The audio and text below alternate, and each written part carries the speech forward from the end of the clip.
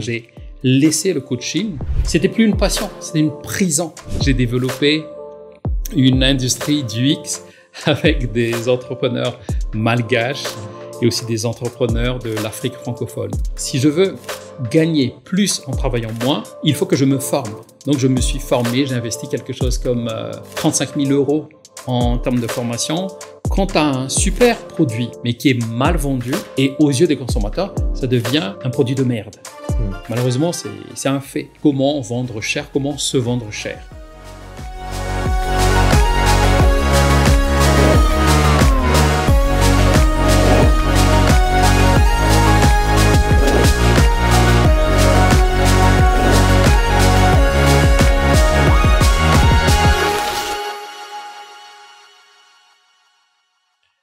Aujourd'hui, dans le podcast, j'ai le grand plaisir d'accueillir Touk.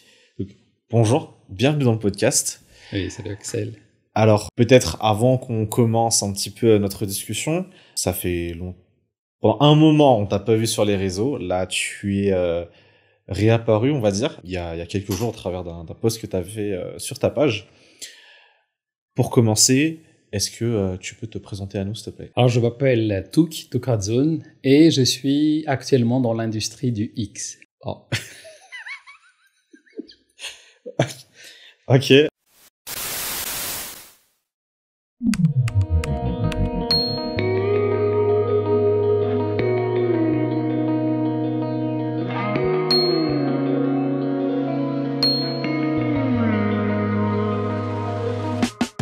Allô frère? Ouais, salut, ça va bien? Ouais, bah merci, j'ai bien reçu le tap scène là. Ouais, j'ai même pas eu le temps de te répondre, c'est. Le truc était déjà arrivé sur mon téléphone. Et d'ailleurs, vous aussi, n'oubliez pas le code STORY261 pour avoir 5 € de bonus pour votre premier transfert. Ouais, sinon ça raconte quoi? Ouais. Ah non, c'est un truc. C'est un truc de malade. Ah, j'arrive pas à y croire.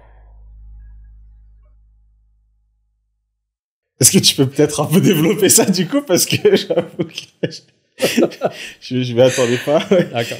Alors, actuellement, j'aide des entrepreneurs à développer leur business. Et donc, quand je dis X, c'est faire X2, X3, X4 ou X10 leur business. Ah ouais, ok. Et à partir et à travers la vente. Je vais en parler davantage tout à l'heure. Ah ben il faut. Je pense qu'aujourd'hui, c'est le problème de tout business, hein, c'est comment je fais plus. Donc clairement, je pense qu'aujourd'hui, t'es positionné en fait sur un marché où je pense c'est pas la demande qui manque. Donc pendant longtemps, on t'a plus vu sur les réseaux. Plusieurs mois, plus d'une dizaine, plus d'une douzaine même. Est-ce que aujourd'hui, tu peux nous dire en fait qu'est-ce qui t'a motivé à disparaître quasiment du jour au lendemain? Comme ça, ça nous permettra en fait de mieux comprendre aujourd'hui le tout que moi je vois aujourd'hui, dans quelle dynamique il est et c'est quoi aujourd'hui sa mission, quoi. Alors, ça a commencé en 2023. On avait organisé Invincible, qui est un séminaire sur le développement personnel, sur le dépassement de soi. Et à un moment donné, j'avais tellement de demandes, tellement de sollicitations par des CEO, par des entreprises, par des cadres, par des managers, par des particuliers également. Donc, j'étais à fond sur le coaching. Je me suis dit, comme j'avais comme objectif tel nombre de personnes à accompagner, j'avais comme objectif tel résultat financier à atteindre, donc j'ai foncé, quitte à sacrifier ma santé, quitte à sacrifier ma famille, les enfants, tout le monde, les potes, les amis. Et à un moment donné, j'étais tellement déprimé. C'était un client auprès de qui j'ai présenté une offre. Et à un moment donné, il m'a dit, mais attends, mais t'es trop cher. T'es plus cher qu'un Vasa. Et ça m'a fait chier parce que j'étais choqué. Mais pourquoi? Comment ça se fait qu'on me compare avec un Vasa? Et surtout, j'ai sacrifié tellement de temps, des jours, des nuits, des week-ends à préparer cette grande offre-là. Donc, j'étais en colère contre moi-même, pas contre le gars. À la limite, il joue son rôle, hein. Mais j'étais en colère contre moi-même en me disant, mais je me suis sacrifié pour rien finalement parce que je vois pas mes enfants. Mon fils qui me disait à un moment donné, toi, quand c'est pour les gens, t'as du temps, mais pour nous, t'as pas le temps. Et puis sa sœur qui disait à un moment donné, tu sais, tous les soirs, ce sont toujours les nounous qui nous endorment. Mais vous êtes jamais là, t'es jamais là, maman n'est jamais là, et nous, on est malheureux. Et ça m'a fait mal. Et ça m'a déprimé pas seulement pendant des jours ou des semaines, mais pendant des mois carrément. Donc, j'ai laissé le coaching parce que finalement, c'était pour moi, c'était plus une passion, c'était une prison. J'en pouvais plus. Je dis pas que le coaching, je l'ai balancé dans l'océan, c'est pas ça. Mais ça m'a permis en fait de voir dans des moments, tu vois, des moments de déperdition, finalement, c'était quoi ma voie? Je me suis dit, comment je peux d'abord gagner autant en travaillant moins? Et puis, comment je peux gagner plus en travaillant moins? Et j'ai trouvé, entre guillemets, la voie qui est ma voie, où je suis super aligné. Et maintenant, je reviens petit à petit en force, je ne sais pas encore, mais en tout cas, je reviens avec cette dynamique où j'ai développé une industrie du X avec des entrepreneurs malgaches et aussi des entrepreneurs de l'Afrique francophone. Et voilà, c'est nouveau, c'est génial. J'ai déjà généré des revenus assez conséquents et ça m'a aussi aidé à déclencher des résultats très concrets sur pas mal de personnes auprès de qui, quand on a fait le total, ça a généré quelque chose comme 7,254 millions en termes de revenus de clients, donc des revenus cumulés. 7 millions 7 millions. Tu parles de quelle currency là, du coup tu parles d'arrière? Non, je parle en euros. Tu parles en euros? Oui, oui. Ah oui, ok. Ah ouais, c'est et c'est pas seulement des clients Mada, il y a aussi un client qui est en Afrique et puis à Dubaï, mais à Mada, tu sais, je pourrais pas dire c'est qui.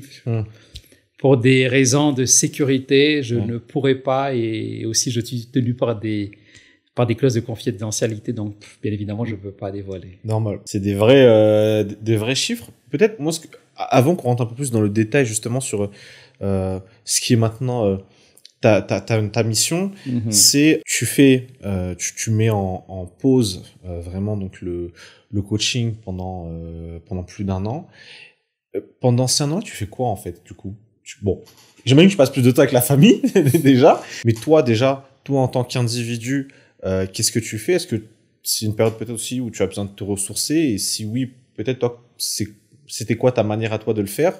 Et également, une fois que tu as trouvé en fait ce qui te convenait en termes de nouvelles missions, comment est-ce que toi tu t'y es préparé justement?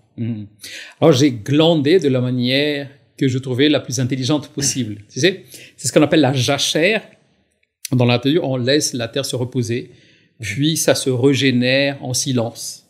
Pour qu'après, quand tu plantes, ta récolte, elle est géniale. Et c'est ce que j'ai fait. Mais on va appeler ça plutôt monk mode. Donc, j'étais en mode moine. Je méditais, mais littéralement sur le sens de la vie, bien que j'étais coach déjà. Je voulais voir vraiment qu'est-ce que je voulais accomplir. Est-ce que je vais chercher à transformer la vie de millions de personnes? Ou bien est-ce que je vais chercher d'abord à changer la mienne, à changer une frange? Et puis, je me suis dit, tiens, si je veux gagner plus en travaillant moins, il faut que je me forme. Donc, je me suis formé, j'ai investi quelque chose comme 35 000 € en termes de formation, en termes de coaching, en termes de mastermind également, où j'ai mis presque tout mon argent dans mon cerveau. Et tu sais comment on dit, place ton argent dans ta tête et puis ta tête va placer de l'argent dans tes poches. Bon, j'étais dans cette logique-là, ce qui fait que je me suis formé, reformé, perfectionné sur plein de choses, notamment ce qu'on appelle le high ticket. Donc, comment vendre cher, comment se vendre cher. Voilà. Wow, ok. Et ça, justement, c'est un concept, d'ailleurs, je pense, on n'en parle pas très souvent. En tout cas, j'imagine que alors, je sais pas si dans les business schools on en parle, j'avoue, j'ai l'impression que c'est des choses, d'ailleurs, qu'on n'enseigne pas forcément dans le système d'éducation traditionnel. Mais quand tu parles de high ticket, du coup, on s'entend bien là-dessus. En fait, c'est vraiment le fait de vendre un service, un accompagnement, du coup, à un prix, j'allais dire, élevé. C'est relatif aussi, hein, ça dépend peut-être pour qui, mais on va dire, peut-être par rapport à la moyenne, en tout cas, où t'es quand même x4, x5, x10 plus cher, quoi. C'est bien ça, hein? Oui, c'est bien ça. Alors, pour te faire le cours rapidement, tu as le low ticket, tu as le middle ticket, tu as le high ticket et ultra high ticket. Okay. Avant, quand je faisais encore le coaching, je vendais à la séance. Si maintenant je devais encore recoacher, mais ce qui n'est pas le cas, je suis plus dans le mentoring actuellement, mais le mentoring actuellement, je ne vais pas le vendre à la séance. Maintenant, je vends un forfait. Ce qui fait que je suis à un niveau assez haut de mon point de vue par rapport au marché, par rapport au marché de Madagascar. Mais en tout cas, c'est comme ça pour moi.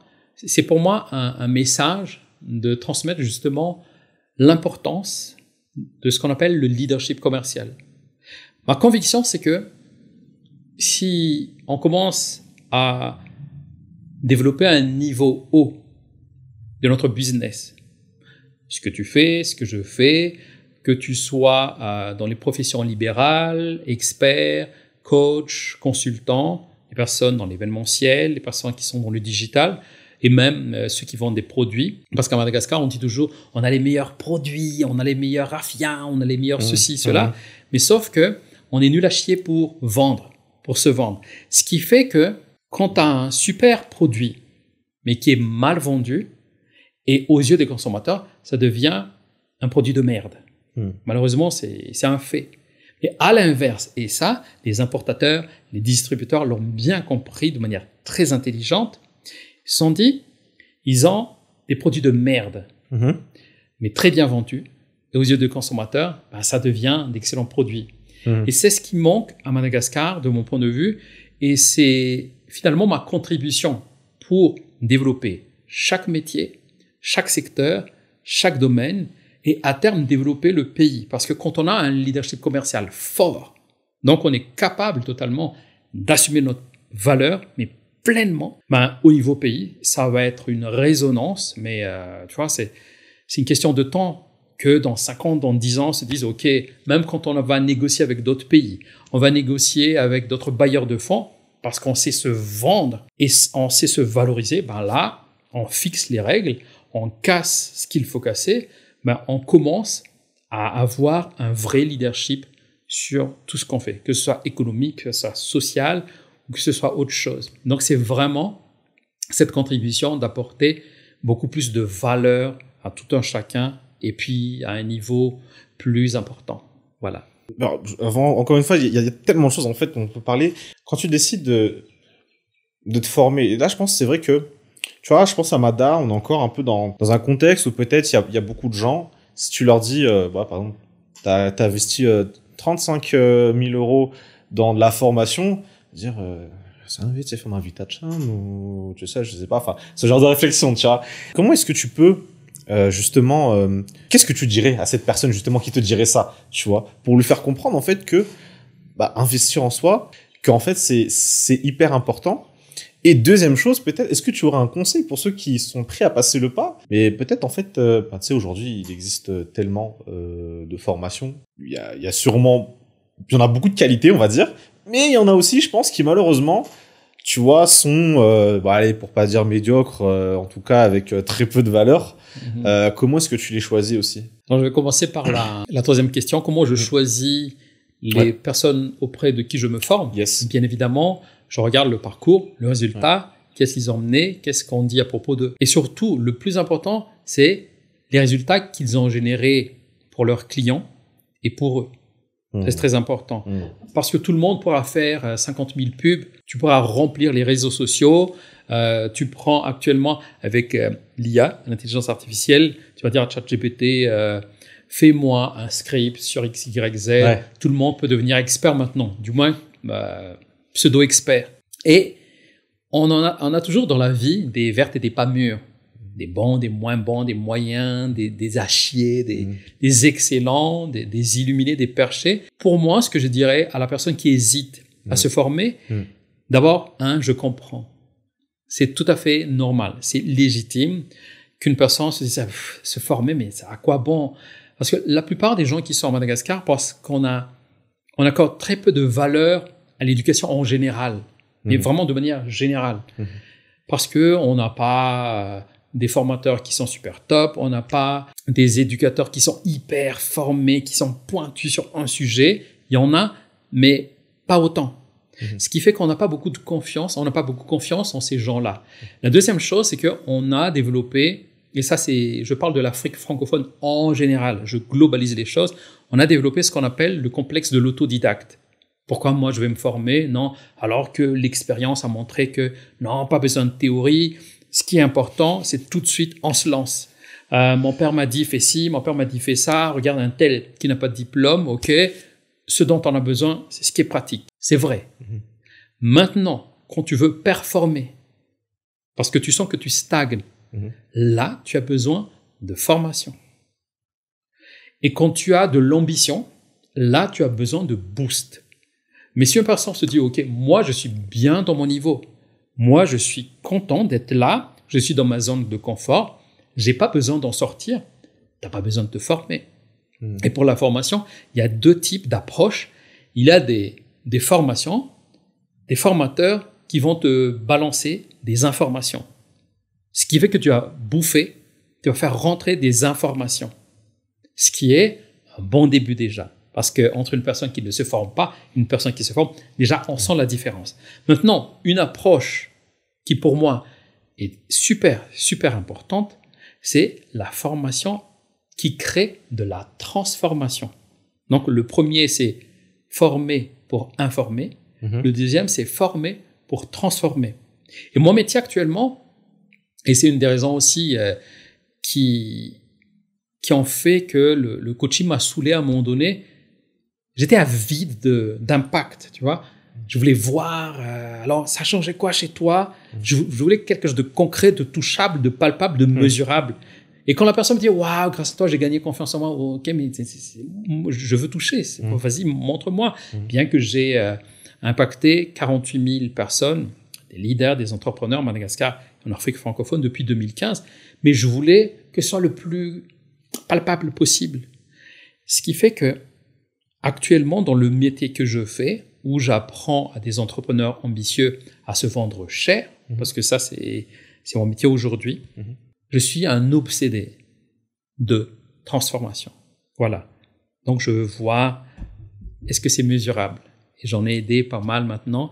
Ça marchait pour moi, ça marche pour beaucoup de personnes. Maintenant, je voudrais, non pas vulgariser, mais partager aux personnes les plus ambitieuses. Voilà, il y a une stratégie qui est issue du haut de gamme, du secteur, de l'univers du haut de gamme, à laquelle j'ai mis la psychologie de l'achat, parce que il faut savoir que la vente, c'est 80% de psychologie. Et ça, on l'oublie. On se dit, tiens, il me suffit d'un script, des outils, etc., etc. Ça marche, non, c'est pas comme ça. Donc, la psychologie de l'achat, les neurosciences de la décision, parce que quand on décide, quand quelqu'un dit non, je le sens pas, quand quelqu'un dit ok, oui, je veux ça, quand quelqu'un chipote, négocie, et comment tu vas faire ça, ben, c'est beaucoup de psychologie. Donc, à côté, il y a aussi l'IA, parce que je suis à fond aussi dans l'IA, je me suis formé.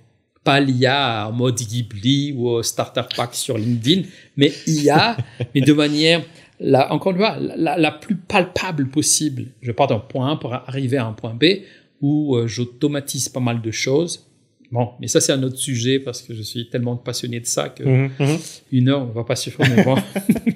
Alors, peut-être justement pour aider un peu à mieux comprendre cette psychologie d'achat-là et le fait qu'en fait, tu emmènes certains des codes, on va dire, du monde du luxe, un peu comme tu dis, dans les accompagnements que tu proposes. Est-ce qu'une personne qui, aujourd'hui, n'a pas de notoriété, on va dire que la personne, elle est là, hein, elle fait son travail, etc., mais elle n'est pas exposée sur les réseaux sociaux, elle n'a pas forcément peut-être les possibilités d'avoir un carnet d'adresses relativement important, etc. Est-ce que cette personne, si toi, demain, tu l'accompagnes, tu la prends en charge, tu l'aides vraiment à passer un cap, un réel cap, et avoir des résultats palpables, est-ce que c'est possible? Je pose la question, pourquoi? Parce que, bon, tu m'as dit que tu accompagné 48 000 personnes depuis 2015, donc ouais, c'est ça que je me rends compte d'ailleurs que c'est quand même du coup 10 ans que tu accompagnes les gens, que tu les aides à transformer la vie des gens. Toi, tu as déjà une crédibilité, tu vois. Mais par exemple, pour Rakut ou Rabé qui n'en a pas, est-ce que c'est quand même possible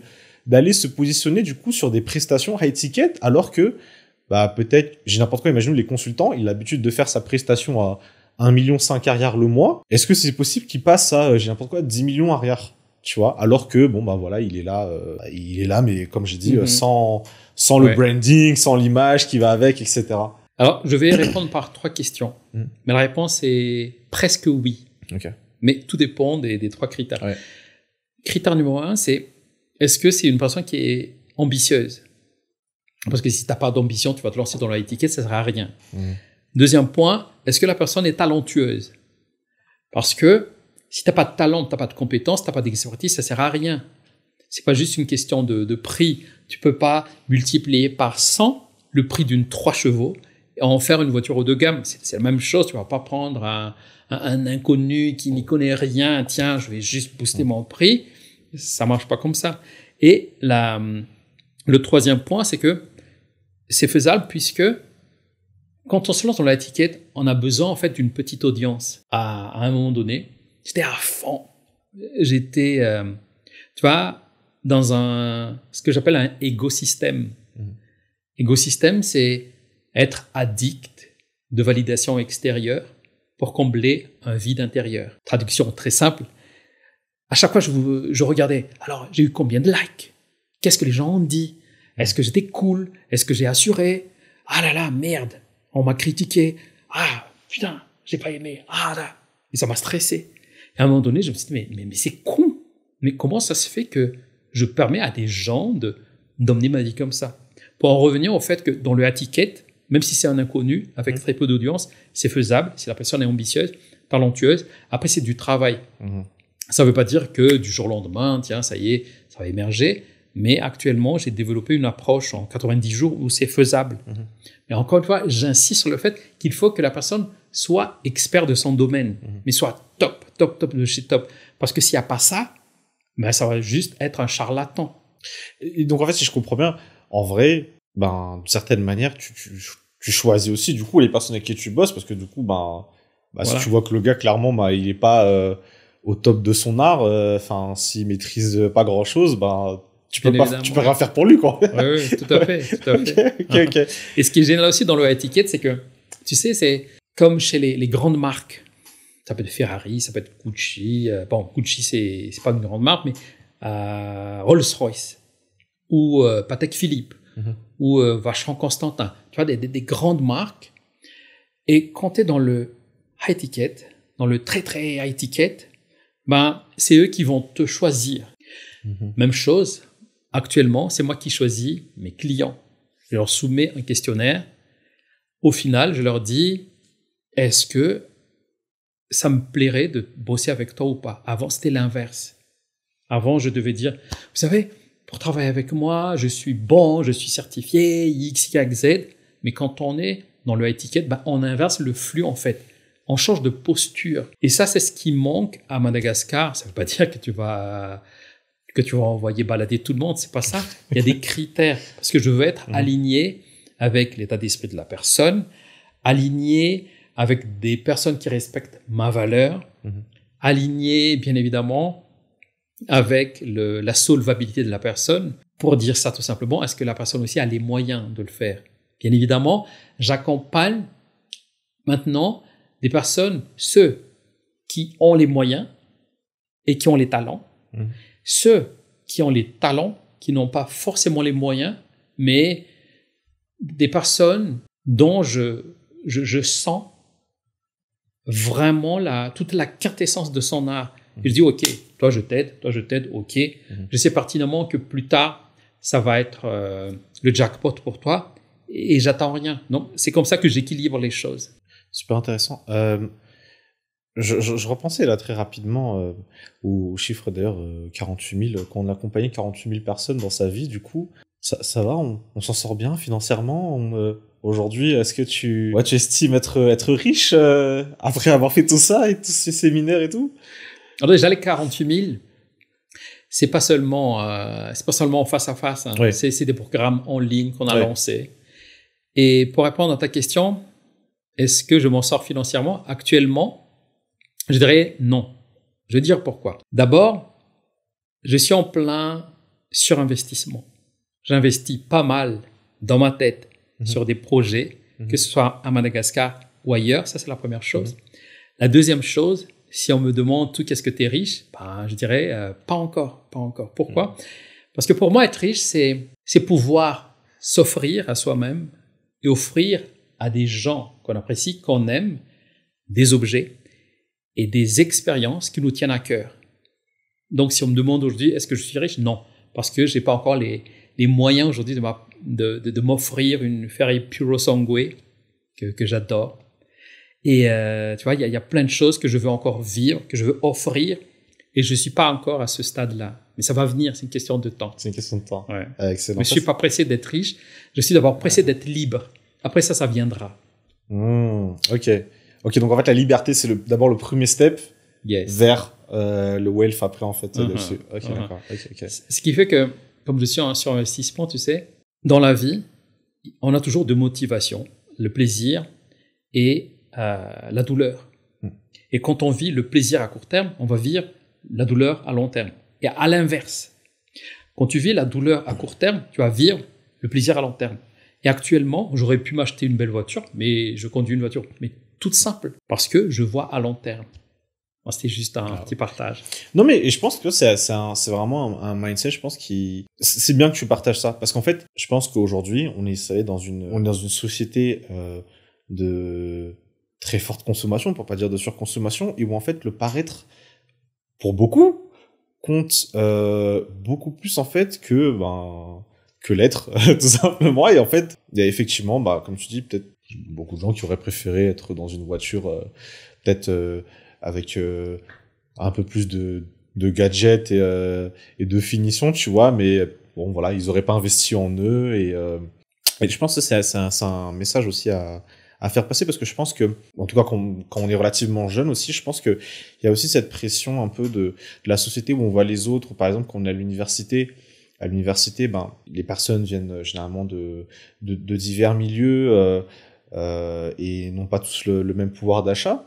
Et par exemple, quand tu vois, il y a un jeune qui, par exemple, a des moyens assez limités, qui voit tout le monde avec, tu sais, le dernier iPhone, etc., ils se disent, ah tiens, moi aussi, je veux être comme eux, parce qu'en fait, l'être humain, c'est avant tout, c'est un être social, donc forcément, il aime bien pouvoir s'identifier à un groupe et faire partie d'un groupe, et donc, il va tout faire pour acheter le tel. Alors peut-être qu'il en a pas forcément besoin, tu vois, il aurait pu faire clairement autre chose, investir dans une formation pour pouvoir peut-être, dans 1 an ou 2, s'acheter le téléphone.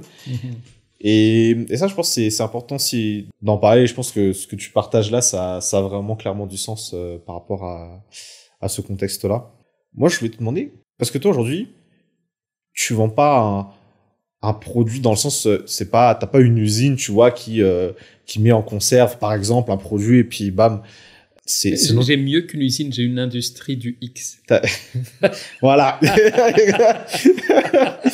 Et avec ton industrie, comment est-ce que tu fais justement pour pouvoir la faire grandir, enfin, dans le terme anglais, si on utilise le terme scale, dans le sens où là, c'est une partie de ton temps que tu donnes, donc généralement, si tu veux faire grandir, c'est vrai qu'il existe quelques options, mais moi justement, l'option que toi aujourd'hui tu préfères, en fait, justement, c'est laquelle? Est-ce que tu préfères déléguer certains de tes accompagnements? Est-ce que tu préfères augmenter le prix moyen par client? Est-ce que c'est des systèmes qui sont en place et qui te permettent en fait donc d'en faire plus, de faire plus de volume? Je sais pas, comment est-ce que tu fonctionnes, parce que l'idée, j'imagine, parce que même si tu choisis les clients, c'est que tu puisses quand même avoir de plus en plus de clients, c'est la loi du business, je veux dire. Oui, donc tout à fait. Alors pour répondre à ça, je vais répondre par 3 points. Le premier d'abord, c'est que je suis à fond dans tout ce qui est petite audience. Ce qui fait que sur les réseaux sociaux, je fais un post et je vais plus en faire, tu vois, avant je voulais en faire tous les jours, à un moment donné même 2 posts dans une seule journée. Ah ouais. Okay. Maintenant, je suis dans le qualitatif, ce qui fait que je vais poster 1 fois par semaine et je vais donner beaucoup de valeur et je vais être plus présent sur LinkedIn et sur YouTube. Facebook de moins en moins. Je vais être présent sur Facebook juste pour la publicité. Bon, je dévoile un tout petit peu ma stratégie. Pour dire que actuellement, je préfère me concentrer sur un petit nombre de personnes.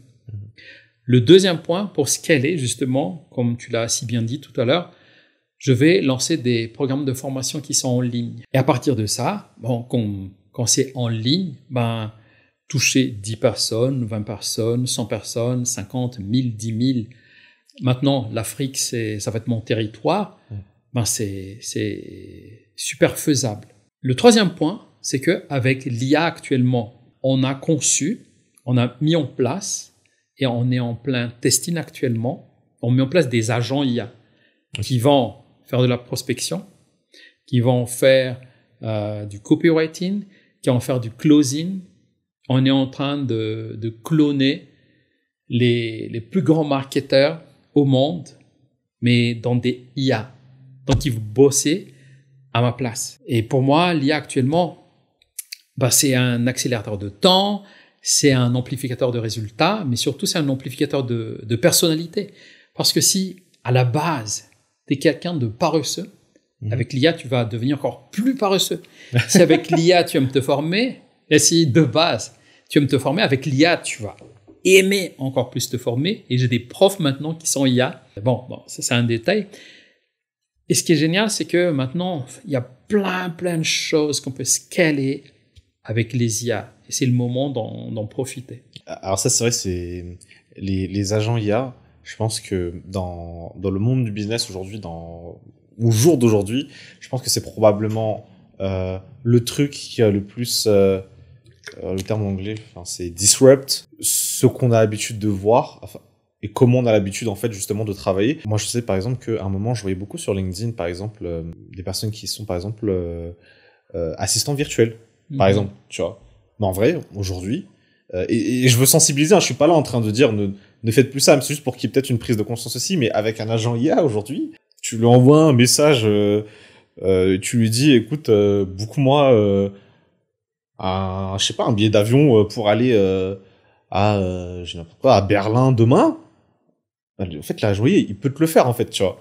Et il y a énormément de choses comme ça, ou même, en vrai, si tu veux, tu peux même lui déléguer l'accès à ta boîte mail, à ton calendrier, etc., etc. Donc, en fait, c'est important aujourd'hui de prendre conscience de ce gros changement qui est en train de s'opérer.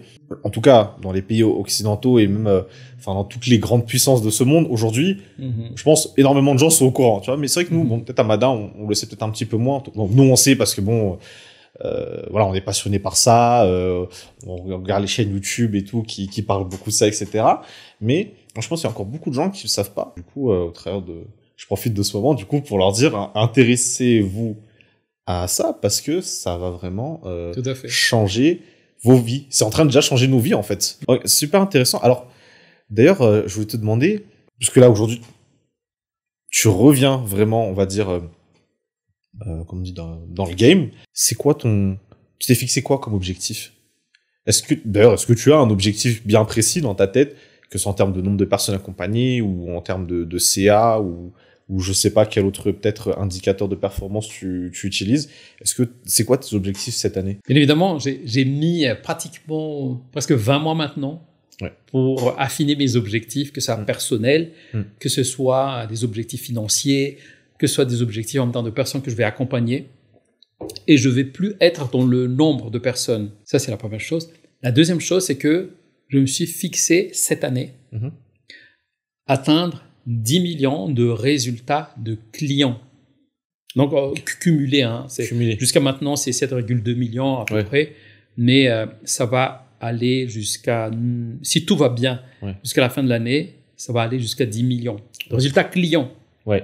Je parle même pas de moi, de résultats clients. Parce que je suis encore une fois à la recherche de l'impact. Et je sais pertinemment que quand eux, ils gagnent, moi, je gagne. Donc, ça, c'est important pour moi, ce chiffre-là.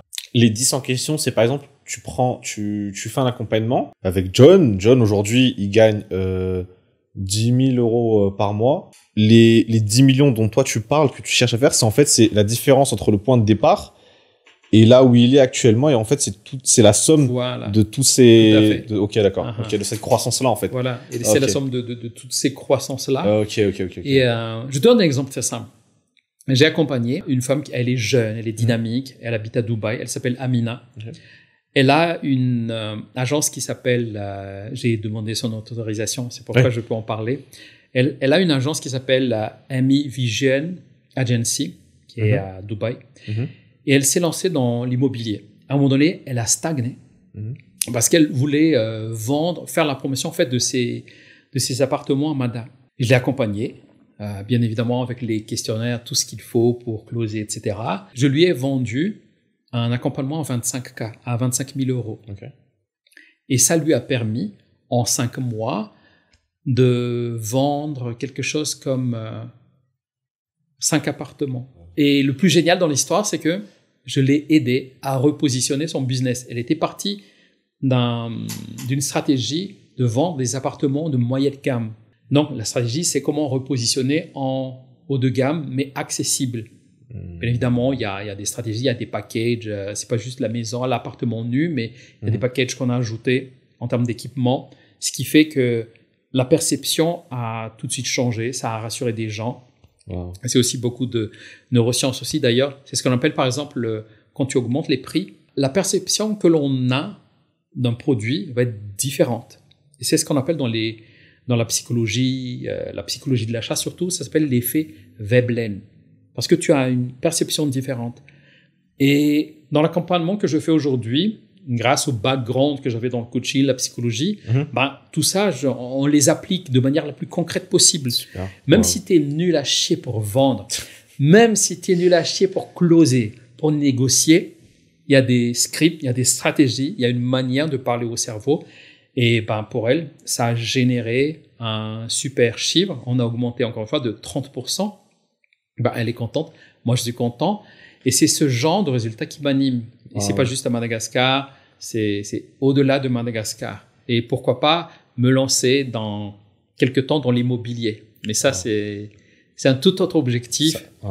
Je vais commencer cette année avec beaucoup d'humilité parce que je suis loin d'en maîtriser toutes les arcanes. Mais c'est un voyage de 1000 pas, comme on dit, commence toujours par un premier pas. Un voyage de milieu. Waouh, ok, c'est excellent. Et d'ailleurs, merci à elle d'avoir accepté du coup de témoigner parce qu'en fait, d'avoir accepté que du coup tu puisses partager l'expérience et l'accompagnement que tu as du coup délivré.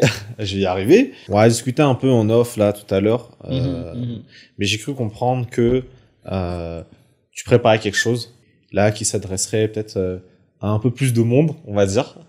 Est-ce que tu peux nous en parler ou est-ce que c'est encore au stade un peu Si, bien sûr, je peux en parler. Est-ce que tu peux nous en parler un petit peu du coup de qu'est-ce que tu es en train de nous concocter là? Alors mon domaine actuellement, c'est apprendre aux gens à se vendre cher, apprendre aux entrepreneurs ambitieux. Bien évidemment, ça va toucher une frange parmi tous les entrepreneurs de Madagascar, les PME, les TPE, ceux qui bossent pour eux-mêmes à leur compte. On a les consultants, les coachs, les entrepreneurs qui sont dans les services, les prestataires, etc.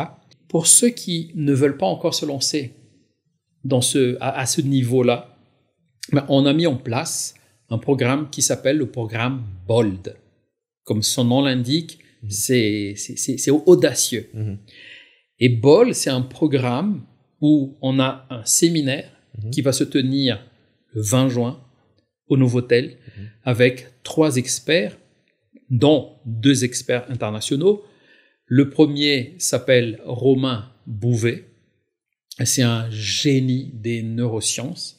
Et son plus grand génie, c'est comment il a su adapter les neurosciences avec la vente, le marketing.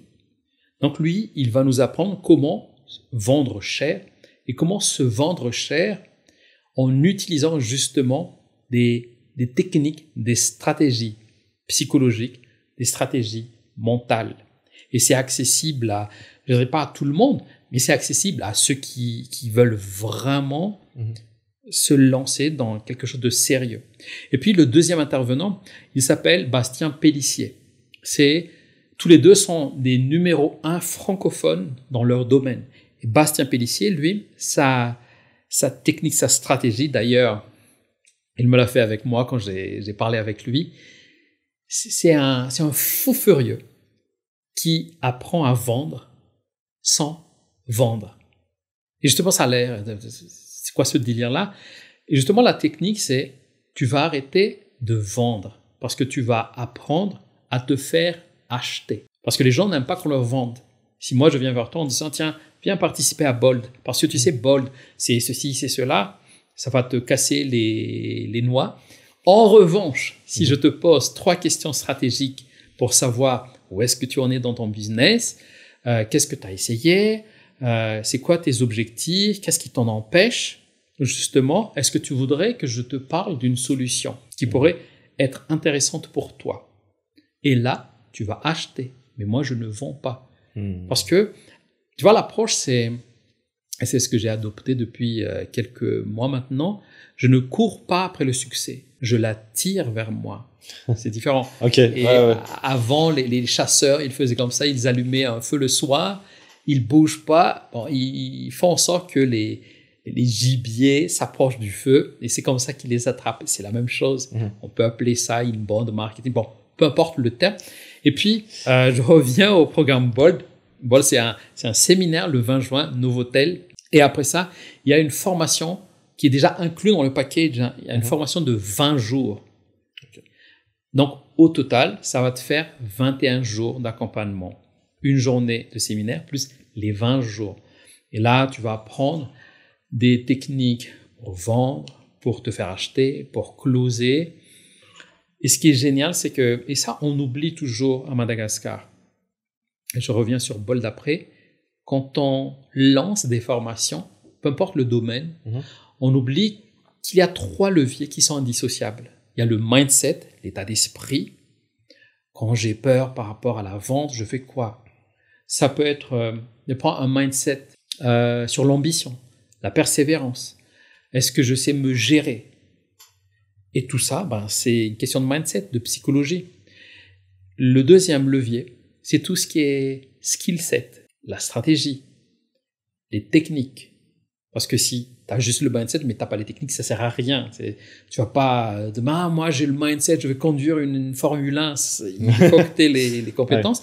Et troisième point très important, troisième levier, c'est tout ce qui est tool set. Donc tu as les outils. Et les 3 sont indissociables. Si demain tu veux te former à la vente, tu as le mindset, mais tu n'as pas les deux. Ou tu as le tool set, tu as le skill set, mais tu n'as pas l'état d'esprit, ça ne sert à rien. Donc pendant tout cet accompagnement, on va faire en sorte que tu aies la possibilité de savoir doubler ton chiffre d'affaires, peu importe le secteur. Bien évidemment, si c'est une grande entreprise, ça va être très difficile. Mais du moins, pour les personnes qui sont à un certain stade où ils veulent vraiment donner un coup de boost, on te donne vraiment la possibilité avec des experts pour lancer, pour propulser un business. Alors, je dis pour doubler. Pour certains, ils vont se contenter de faire plus 10%. Pour d'autres, ils vont faire x2, x3, x5, x10 parce que les outils sont là, les compétences sont là, les stratégies sont là. On va te faciliter en fait la vente de manière, mais à un point où tu vas sentir que 19 mois d'absence, voilà. Parce que mon obsession, c'est rendre simple des choses complexes tout en étant super actionnable. Donc voilà, c'est ça, Bold. Waouh. Franchement, ça se voit que c'est un événement qui est audacieux, que ça porte bien son nom. Et je pense que, clairement, comme tu dis, pour tous ceux qui sont soit solopreneurs ou qui ont des TPE ou des PME, il y a quelque chose qui se prépare. Donc, faut rester à l'affût. Toi, j'imagine que tu seras là aussi, du coup, pendant ce séminaire, bien sûr. Je vais assurer la partie high ticket. High ticket. Ok, d'accord. Ok. Excellent. Alors, je vais te demander, est-ce qu'il y avait peut-être des choses, des points que on n'a pas encore abordés, mais que justement tu souhaiterais peut-être développer un petit peu lors de notre discussion? Après, si tu me poses cette question-là, on va être là pendant 5 heures encore. Je pourrais te parler d'IA, des outils, etc. Mais tiens, en parlant d'IA, on aura aussi l'opportunité d'avoir une personne qu'on surnomme la queen de l'intelligence artificielle dans l'océan Indien. Elle s'appelle Zaida Taki. Elle habitait à Madagascar d'abord, et puis maintenant elle est à La Réunion. Mais c'est vraiment une queen, comme on l'indique. Et c'est elle qui met en place tout notre système d'automation avec qui on bosse, mais elle est géniale. Et toutes les personnes qui vont être là sont géniales. Hein. Ouais. Moi y compris. Ouais. Alors, je profite du coup, peut-être pour te donner une deuxième occasion, peut-être, mais qui sera peut-être la dernière, du coup, si jamais, en fait, il y a un message que tu souhaites faire passer à l'audience. Alors, il y a récemment, j'ai regardé nos stats. C'est vrai que, en tout cas, d'un point de vue âge, a un petit peu évolué. Aujourd'hui, on a une audience qui est généralement entre 25 et 34 ans. Est-ce qu'il y a peut-être justement quelque chose que tu voudrais leur faire passer justement avant qu'on finisse cet épisode? Alors, mon message est simple, c'est élevez vos standards. Si ton audience ne devrait retenir qu'une chose, c'est ça, c'est élever vos standards. À Madagascar et dans beaucoup de pays d'Afrique, on a développé ce qu'on appelle dans la psychologie le complexe de l'indigène. Le complexe de l'indigène, c'est très bête, très simple, c'est que on vit encore à l'ère de la colonisation où quand c'est blanc, c'est top. Et quand c'est nous, c'est à chier. Et maintenant, il faut assumer sa valeur en se disant « je suis top, je suis génial ». C'est pas du narcissisme, c'est juste de l'acceptation de sa propre valeur. C'est juste une acceptation de soi en disant « je vaux ce que je vaux ». Ce qui fait que quand on gagne en valeur personnelle, forcément ça a des impacts parce qu'on gagne en valeur financière. Et je sais que c'est très facile à dire comme ça.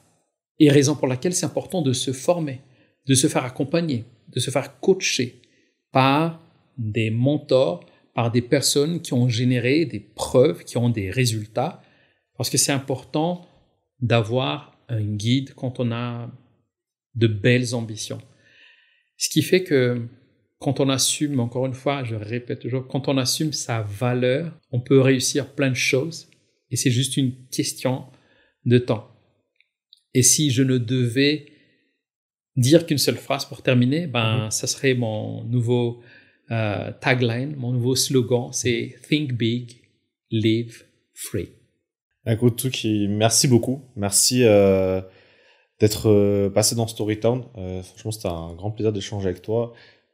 On est content de te revoir actif et que du coup, nous, ce qu'on peut te souhaiter, c'est le plein succès, que tu puisses accomplir tous les projets que tu souhaites mettre en place aujourd'hui, demain et dans les temps qui viennent. Voilà. Merci, ça me touche beaucoup. Et si à ton tour tu veux rejoindre l'industrie du X, Mikasa et Sukasa.